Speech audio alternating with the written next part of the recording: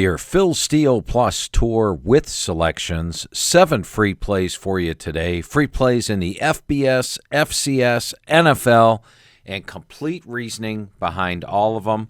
Plus a little take a look at there's some game this weekend. I think it's LSU and Alabama. I don't know if you knew that they were playing this week, but I'll have a little something for you on that one as well. Well, let's get the tour started. As always, I'm already looking ahead at next week's games. Wake Forest playing Clemson.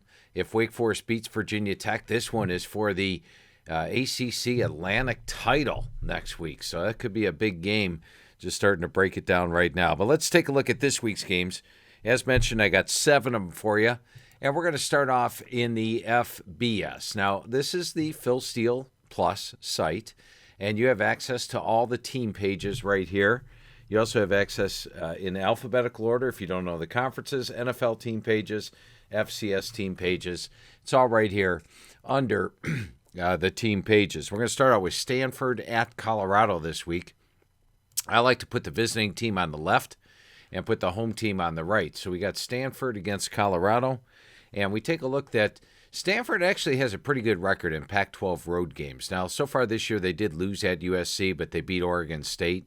If you go back to last year, they beat Oregon, they beat Arizona State, they did lose to Washington, beat UCLA, beat California. If you go back, and the Phil Steele site takes you back 17, 16, 15, everything color-coded green and red, by the way. So you can see Stanford used to have a dominant run game. You remember they had some guy, Christian McCaffrey. They had Tyler Gaffney there. You can see who the leaders were each year. And by the way, you go back, if you're looking at 2014 and you're wondering how the players did, there they are. You've got game by game for every team. You've got that this year as well. But you've got this at your access. If you're going back and looking at anything, all this information's at your fingertips. I've spent hundreds of thousands of dollars putting this site together so I have everything at my fingertips. You can have access to the site for just $44 for the rest of the year, but I'll have more on that in a minute. So anyway, if you go back and look at Stanford's last 22 Pac-12 road games, you'd find they are 17-5. That's a pretty good record. Now, the last time they traveled to Colorado was 2015. Right here, they won that game 42-10. They had a 472 to 231 yard edge, so they've traveled here well. David Shaw off a bye. How about 12-7? And by the way, over here, when you look under the results, you can see here off a bye they beat USC 27-10. You can go back and look at all the games off a bye. We have them by dates right here on each one. And when you click on Phil Steele Plus, when you come over here, if you click on the opponent, the last 22 years matchups come up. Now you see Colorado just joined the conference, so they've only played 4 games so far in the last 22 years. Stanford's won 3 of them. They did lose their last one in 2016, an upset loss 10-5 at home. How about that? Other than that, they pretty much have handled Colorado 42-10, 48-0, and 48-7. So once again, just click on the opponent name, and the last 22 years history will pop up for you on each and every one. Now, if we go back and take a look at Colorado, something interesting I wanted to point out with them. Let's take a look at their defense allowed. 31, 35, 41, 45, 35, 31, 30, 31, 31. They've actually allowed 30-plus points in 14 straight games. Go back to last year, 33, 30, 31, 42, 41. They had a 27 here and a 31 there, but 14 straight games they've allowed 30-plus. So you got to think Stanford will be able to move the ball. And the good thing about the individual player stats, when you click on it here, is you can see who the quarterbacks were. As you can see, K.J. Costello started against Northwestern in that win. Got injured against USC. Really wasn't 100% against UCF. Was hobbling around. Probably not 100% against Oregon either. Just 16-30 for 120 yards. Then they sat him out 3 games. Davis Mills got his first start at Oregon, played against Washington. Against UCLA, they had a third-string quarterback. Now, right now, we're showing Colby Parkinson, but we'll show you who that third-string quarterback was for that game. By the time you click on here, Todd will have it corrected for you. But if you go to the UCLA thing right here, you could see that their quarterback in that game was Jack West. And Jack West struggled mightily, and that's why they got blown out by Stanford. Now, a lot of folks have said Stanford is really a poor football team, but look what they've done recently. They've gone 3-1. That UCLA game with Jack West at quarterback, 198 yards, 7 sacks, poor game overall. But KJ Costello is back. And how'd he do in the last game? Well, you could check here for one. Costello hit 30 of 43 for 312. That was a big plus. And the other place you could check would be right here when you click on the box score for the Arizona game. You've got the complete box right here. So two different places you could check on the individual stats, but this is probably the easiest one right here. By the way, while we're here, I might forget to mention it to you, but you actually have access to everybody's stats since 1976. Now, here's something else Todd's going to get corrected for you. Under Stanford, the last 40 years, he currently has Syracuse up there, but he'll have Stanford up there by the time you're playing around. A rare mistake for Todd. He's always got them. In fact, if we go back here and look at Colorado's last 40 years, you see Colorado's got that all the way back to 1976. You've got the lines on every game since 1976. This is who won against the spread.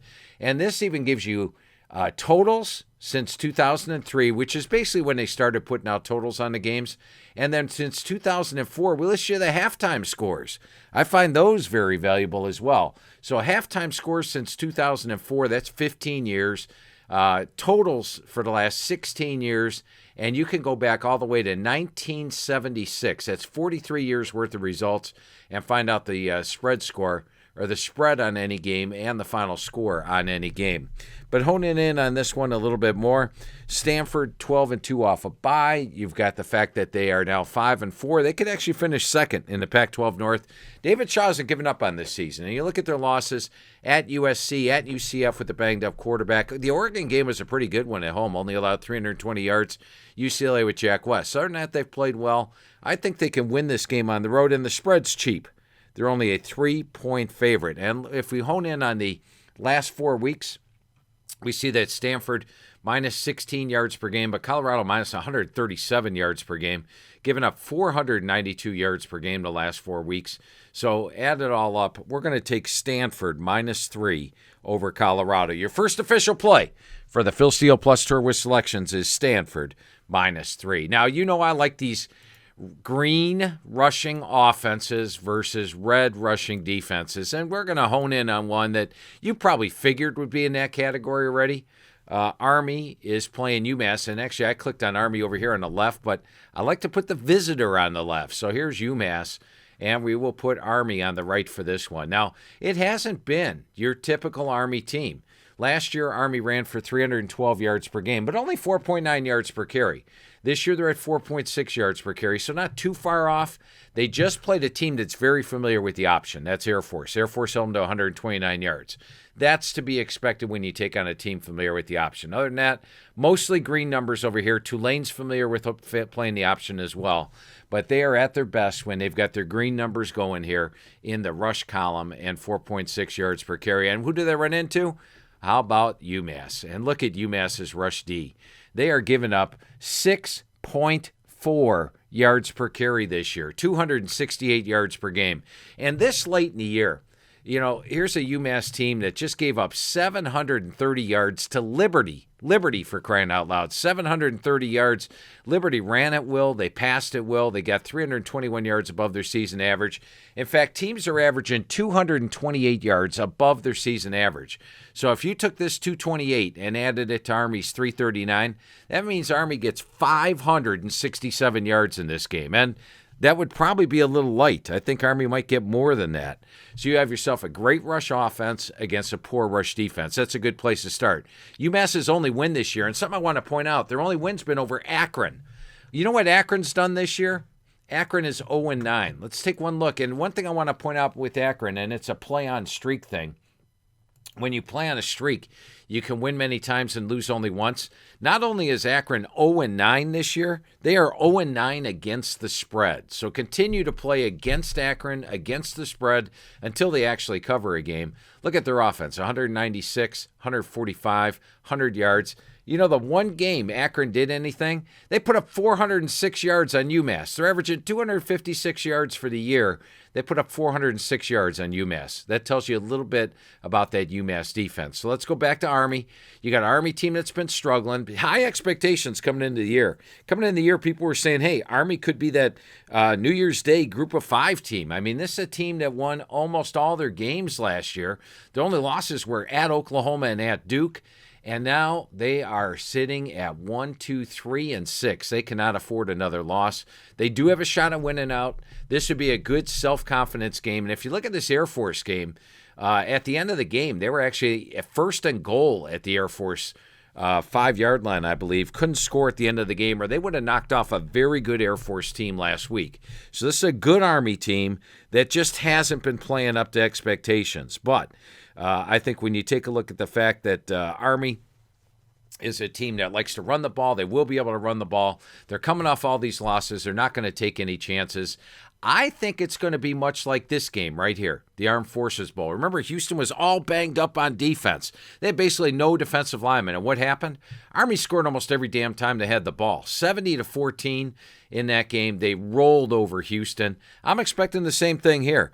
I'm going to lay the 34.5. I just think once Army gets rolling, UMass's defense, which gave up 730 yards here, 689 to Louisiana Tech, 406 yards to Akron, for crying out loud, they will give up their usual 228 to 250 yards above.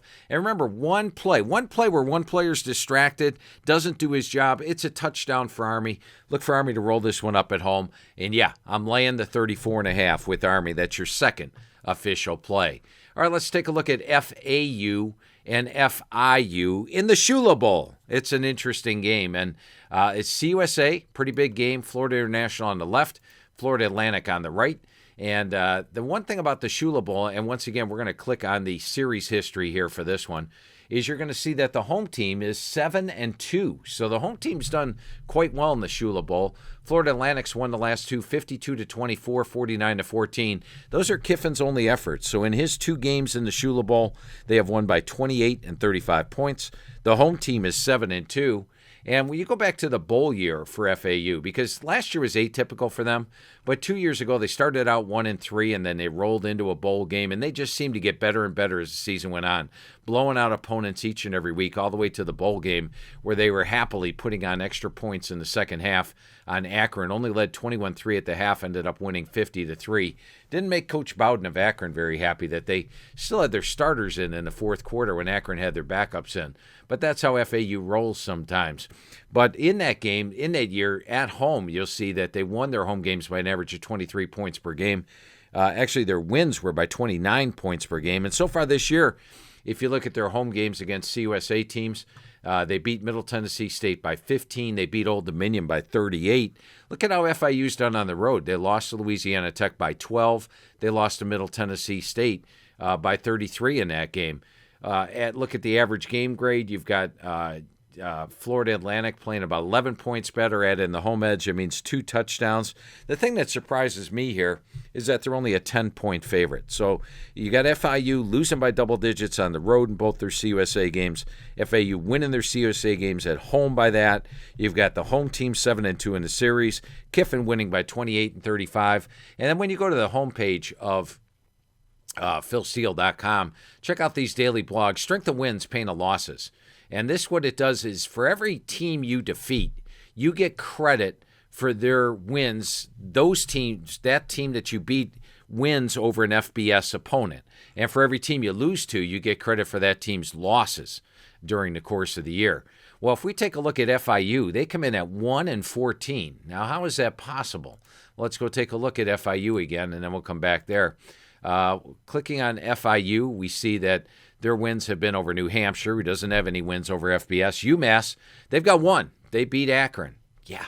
Charlotte, no wins over FBS. UTEP, none. Old Dominion, none. So one team has beaten one FBS foe, and that FBS foe that they beat was Akron, which doesn't have a win all season. So you are looking at a strength of wins for FIU of one win. Let's go back to the homepage. Let's go click on that strength of wins again. And college strength of wins, there we go. So at the bottom, it tallies up the record. FIU is 1-14. The teams they've lost to have lost 14 games this year. Well, FAU is all the way up here somewhere. Let's see if we can find them. FAU, Florida Atlantic. I believe it's something like 10-5 is their record, which would be something. Yeah, there they are, 10-5. If you look at their wins, they've had decent wins, not great wins, but their losses, Ohio State's got 0 losses. UCF, a couple of powers. UCF's only got 2 losses, and Marshall's got the other 3 losses. So they've lost to 3 pretty good teams. Probably should have beaten Marshall. They gave up a late touchdown in that game. If you click on the box score, Marshall scores a touchdown with 36 seconds left. FAU probably should have beaten Marshall in that game, but they didn't. Their other 2 losses were to UCF and Ohio State out of the box. Other than that, they played pretty well. Add it all up, your number 3 play this week, I'm going to go with FAU, Florida Atlantic, -10 over Florida International. I'm going to save an FBS game. We'll come back to that.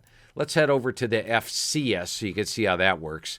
And we're going to click on FCS information over here. And this is on every team. And that's the thing I love about it. Just take a look like James Madison, which right now is number 1 in the average game grades, 85.3. They're only lost to West Virginia, a team they could easily have beat. They outgained West Virginia 18-13. Their defense holding opponents to 77 yards per game below their season average, playing real good this year. But you can go look at James Madison and see that, yeah, they're usually pretty good. 2013, what happened there? They were only 6-5 that year. But this gives you red and green. You can see at a glance all the way back to 2010.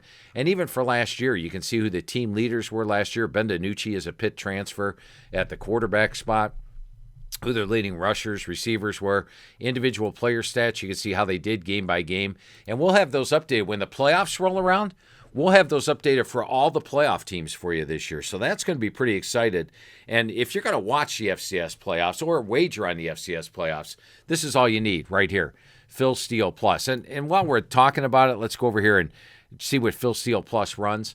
You know, for the year, Phil Steele Plus, it starts out at $69. That's for the whole year. We're in November already, so I've dropped the price. It's $44. That takes you all the way through the Super Bowl.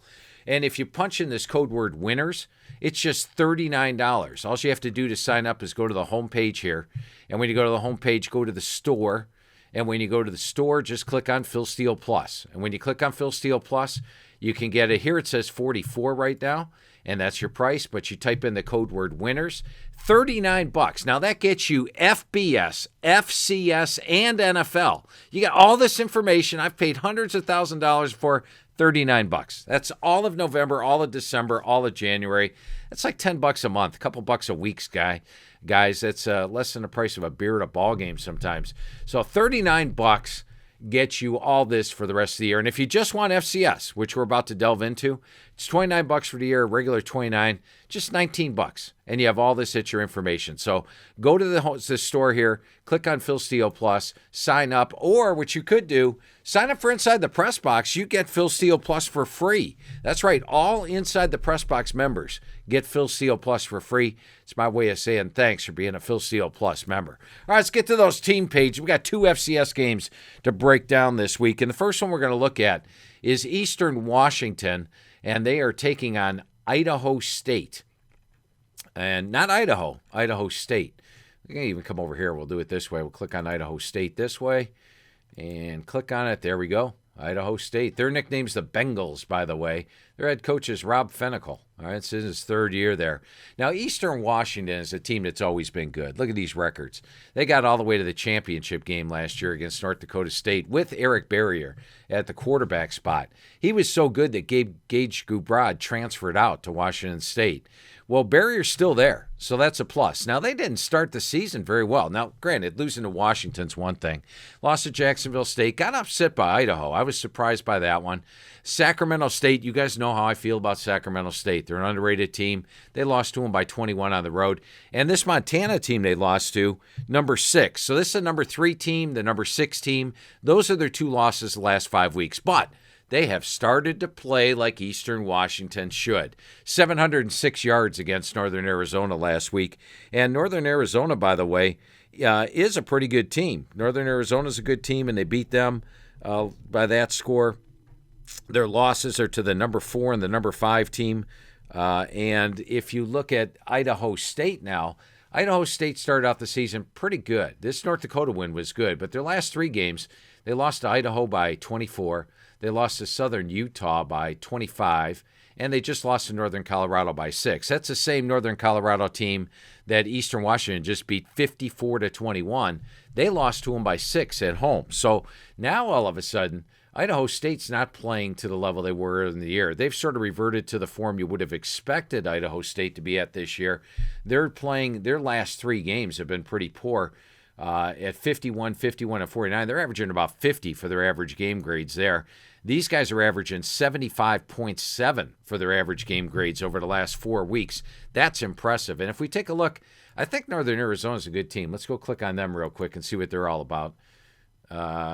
Northern Arizona's a fair to Midland team. Okay, so that's about what Idaho State is, though, and they just beat them by 28 points. The thing that surprises me here is Eastern Washington's a 6.5-point favorite. So you've got a Eastern Washington team that, just looking at the last 4 weeks, and even if I include Idaho State's game from 4 weeks ago, which was pretty good. I mean, they got an 85 grade here against North Dakota.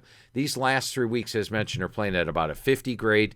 They're at a 75 grade. That right there says they should win by about 22 points. They're only laying 6.5 on the road.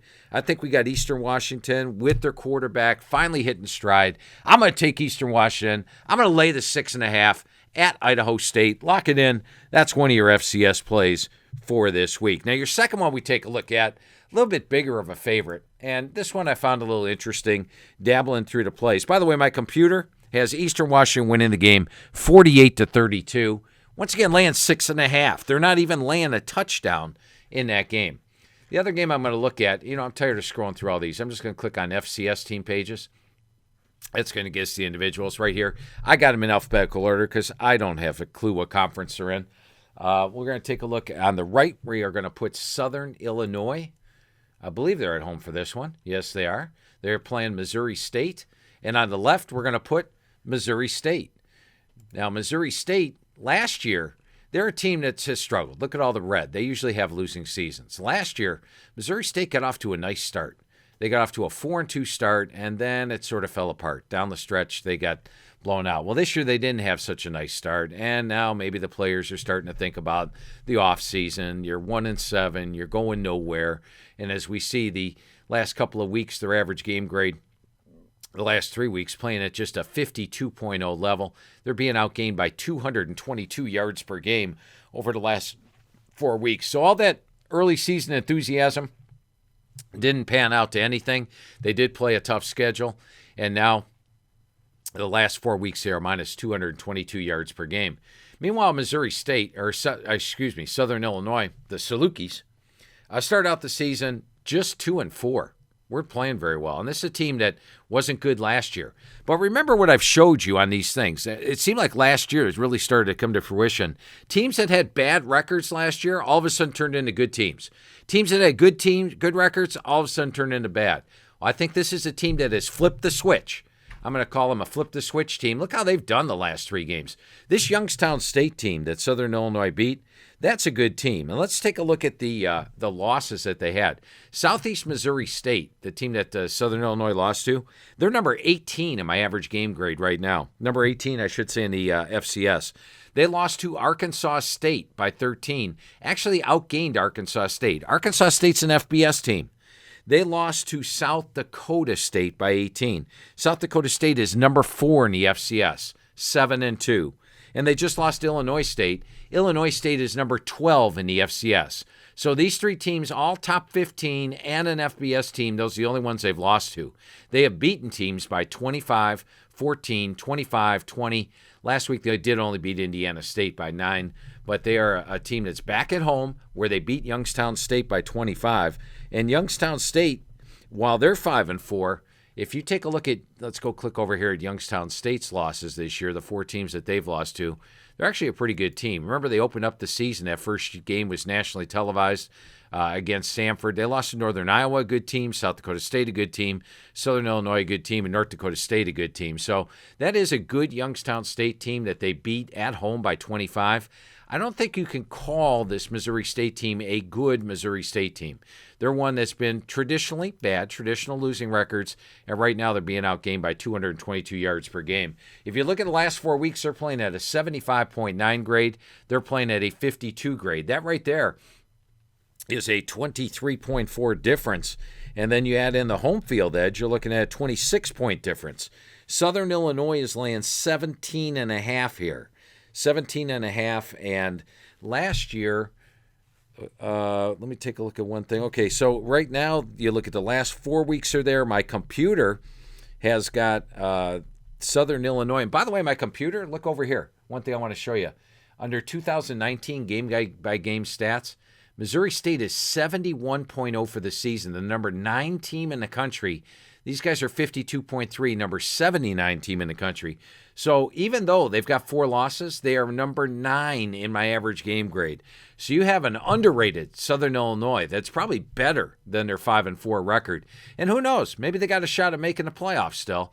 I'm not really sure, but if they do, they're playing with enthusiasm. Missouri State may have just checked it in at minus 222 yards per game. I'm going to lay the 17.5 with Southern Illinois at home in this one. Last year they won at Missouri State 49-35, and that was on the road, and that was against Missouri State. They were still playing with some enthusiasm. When they beat them, that Missouri State was 4-3. This Missouri State is not. So your second FCS play, we're going to take Southern Illinois minus 17.5 over Missouri State. Okay, still got an FBS game for you. I am going to dabble into the NFL for you. And I'd just like to show you the NFL team pages. I'm a college football guy, let's face it. I don't even watch that much of the NFL anymore, but we'll take a look at this one. I got to tell you, when I was going through the NFL games last night to come up with a play, I'd get all hot on one game, and then there's something about the game that sways you to the other side, like this one. The one thing that you would have on Cleveland's side is they played a much tougher schedule. Granted, they played Tennessee and the Jets, but the Rams, Baltimore, Frisco, Seattle, New England. Although last week they played a weak Denver team with a backup quarterback and couldn't even beat them on the road. Meanwhile, Buffalo has played a whole bunch of weak teams. Let's face it, Jets, Giants, Cincinnati. They did beat Tennessee, Miami, and Washington. That's who they've beaten this year. They did give New England a game, only lost by 6. Did give Philadelphia a game for a little bit. Ended up losing that one. It was 11-7 at the half. Ended up losing 31-13 in that one. So Cleveland's played a tougher schedule, but Buffalo's plus 40 yards per game. They're minus 12 yards per game. And who's to say Cleveland's not one of these weak teams Buffalo's been beaten? I mean, Cleveland is a 2-6 team. And if they beat Cleveland, everybody will say, well, it was just a 2-7 Cleveland team that you beat. So they've been taking care of business against those teams. Right now, Cleveland is a 3-point favorite. And if you go to strength of wins, pain of losses here, it's on the homepage. Take a look there. On the homepage, NFL strength of wins, pain of losses. Go down to the bottom. We find that the Cleveland Browns are 7-17. So the teams the Browns have lost to have actually lost 17 games this year. The teams they beat have won 7. Now, Buffalo's teams they beat have only won 9 games, but the teams they've lost to have only lost 5. So they're at 64%. Cleveland's at 29%. Cleveland's laying 3. That means they not only have to win this game, they have to win it by more than 3 for you to lose your bet. And if you look how Buffalo has done on the road, they've actually traveled pretty well. Now, granted, they've played 3 weak teams on the road. But once again, who's to say Cleveland's not a weak team? They're 2-6 for crying out loud. Buffalo's road games were at the Jets, they won. At the Giants, they won. At Tennessee. Tennessee's a pretty decent team. They beat them 14-7, had the yardage edge, outgained them by 61 yards. So this is a Buffalo team that showed they can win on the road. Cleveland is 4-11 against the spread at home versus non-division teams. If you look at the quarterbacks, Josh Allen has a 10-7 ratio. Baker Mayfield, 7-12. Is he leading the league in interceptions right now? It's at 12. So that's an advantage to Buffalo as well. And once again, you got Buffalo as the dog here. So you're in the NFL play this week.